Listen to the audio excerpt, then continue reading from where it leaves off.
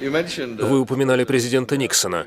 Я тут прочел статью Нормана Мейлера, где он назвал вас вторым наиболее выдающимся американцем, вторым после Никсона. Вы можете с этим поспорить, но не хотели бы вы стать президентом? Нет. Нет? Нет, сэр. Слишком опасно. Понимаете, наш мир похож на корабль. На верхней палубе танцуют люди, там много денег, но я не могу стать для них своим, равным. Я всего лишь кухонный работник. Я даже никогда не мог просто увидеть капитана корабля. И тут внезапно мне говорят: «Эй, брось-ка свой камбус, поднимайся сюда, давай, выпей с нами, что тебе налить?» И они тащат меня на самый верх. И что мне думать? Наверное, корабль тонет. Почему они так вежливы со мной? Что заставило их позвать меня сюда, наверх? Возможно, какой-то чернокожий мог бы стать президентом. У Америки сейчас слишком много проблем, и я бы не хотел эту работу сейчас. Есть о чем подумать, верно? Да. Позвольте немного разрядить обстановку и отойти от политики. Пару дней назад я увидел в газете фото, где вы были буквально загнаны в угол своими фанатами, точнее, фанатками, в одном из супермаркетов. Могу ли я спросить, в чем проблема, если для вас это проблема? Действительно ли вас считают одним из самых привлекательных мужчин и предметом обожания женщин? Предметом чего? Поклонение, обожание. Кем? Женщин. Я не придаю этому большого значения. Я не считаю себя привлекательным. Я не Том Джонс. Или Элвис Пресли. Я не такой. Но это так, хотите вы этого или нет. Люди говорят, вы один из самых привлекательных мужчин на планете. Да я знаю, я просто скромничаю.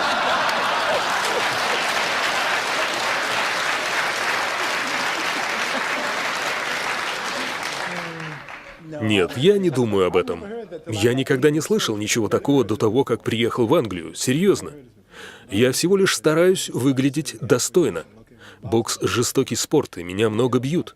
После каждого боя я спешу к зеркалу, чтобы убедиться, что все еще выгляжу презентабельно. Это жестокий спорт с высоким риском повреждений. У многих бойцов меняются черты лица, особенно после боев со мной.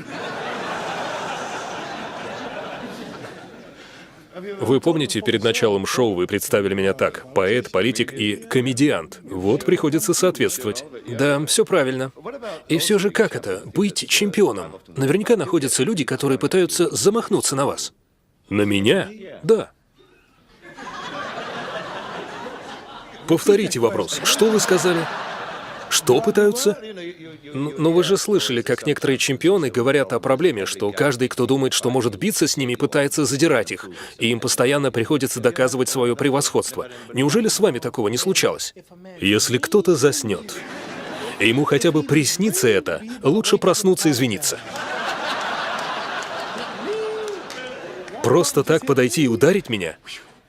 У него больше шансов выжить во Вьетнаме с игрушечным пистолетиком.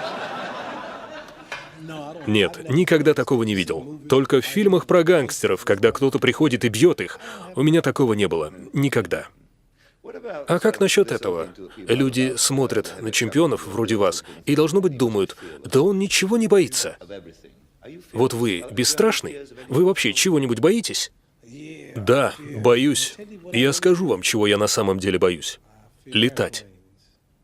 Добро пожаловать в клуб. Да. И даже если полет проходит как надо, меня все равно посещают мысли: а что, если двигатель взорвется, или какой-то дурак пронес с собой бомбу? Проходя мимо кабины пилота, я вижу все эти приборы и думаю: а вдруг что-то из этого откажет, а мы над океаном, где-то между Англией и Америкой? Где мы приземлимся? И даже если мы не взорвемся, где мы сядем? И когда мы сядем, удастся ли надуть спасательный плот? Если получится, как быстро нас найдут, ведь уже стемнело. А потом приплывает акула и прокусывает плот, и все. Вот такие мысли приходят мне в голову. Не раз бывало, я летал в грозу, и пилот говорил: «Леди и джентльмены, мы пробовали облететь бурю, но это не сработало, так что нам придется нелегко». После этого обычно самолет начинает бросать вверх-вниз, из стороны в сторону, сверкают молнии, гремит гром, а ты сидишь и спрашиваешь себя: почему я не поехал поездом? Мне бы только выбраться живым из этого.